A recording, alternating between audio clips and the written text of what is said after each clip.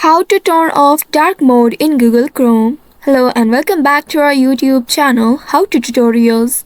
In today's video, I'm going to show you how you can turn off dark mode in Google Chrome.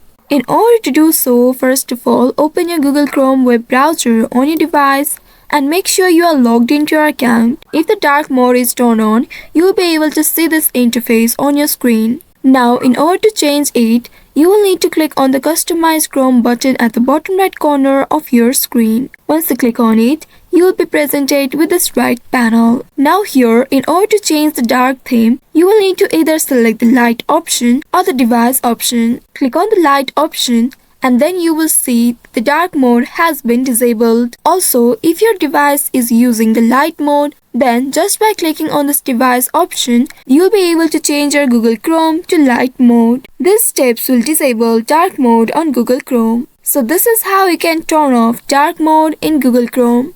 I hope this tutorial was helpful.